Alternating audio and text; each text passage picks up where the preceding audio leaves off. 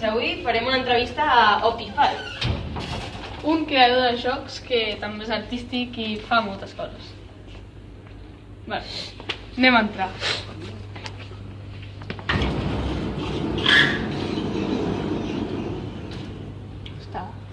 Està creant un videojoc. Hola, bones. Bones. Què estàs fent? Bueno, doncs estic aquí intentant acabar aquest joc que ja porto més de mig any amb ell. Aquí veieu una mica un plano general de tot el circuit del joc. Això és només per modelar i després un cop ja tens tot el que vulguis modelar ho passes al Unity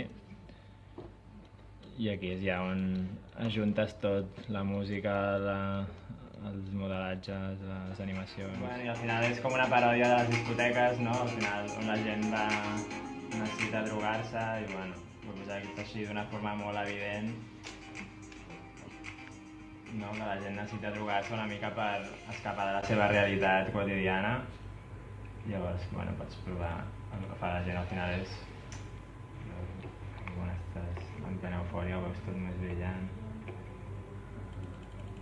Aquí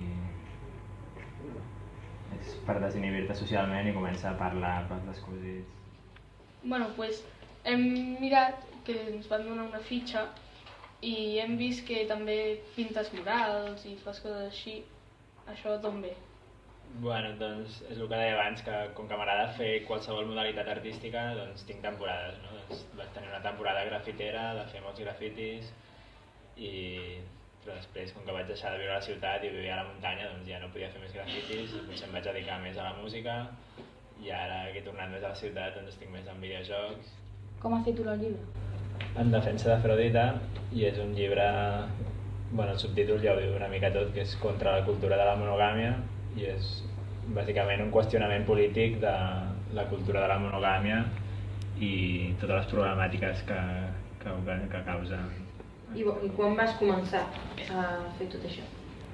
O sigui, concretament als videojocs porto uns 3 anys.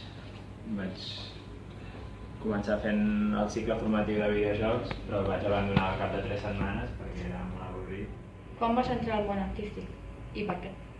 Bueno, doncs una mica tota la vida he fet coses artístiques des de petit, és una cosa que m'ha apassionat, he estat sempre creant, però potser que m'hi dediqués en sèrio fa poc. O sigui, havia estat molts anys posat més en l'activisme polític i és en el que creia i donava sentit a la meva vida, però després també d'alguns desenganys polítics i tal, potser no he cregut tant en aquestes formes de fer polítiques i he vist més l'art com a forma de fer política i sobretot de canviar consciències o de transformar culturalment la societat. Tot el que fas és un hobby o ho fas per feina, per cobrar uns diners? En realitat, o sigui, per mi no és una...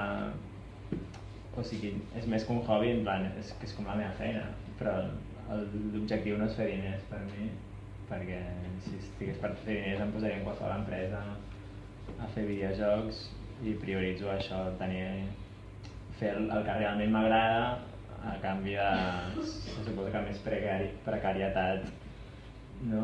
Però que en realitat que visc amb molt pocs diners, llavors treballant un mes a l'any, collint raïms o a la barema i en tinc prou. I intento això, no? Com que busco fórmules per viure sense haver de pagar un lloguer, que hi ha moltes formes que potser molta gent desconeix, o intento doncs, també no consumir ni alcohol ni birra i no tinc cotxe, o sigui, hi ha moltes coses que et permeten doncs, disminuir molt els teus gastos. I tens algun joc que ja s'està a punt de descarregar? Sí. O sigui, aquest, el que us he ensenyat, doncs en principi en el pròxim mes estarà acabat i us podré passar l'enllaç i podreu jugar-hi.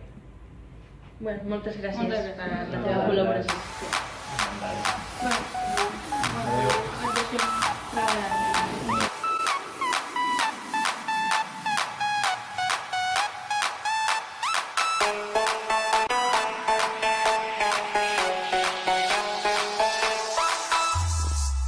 This DJ DJ so funky, man.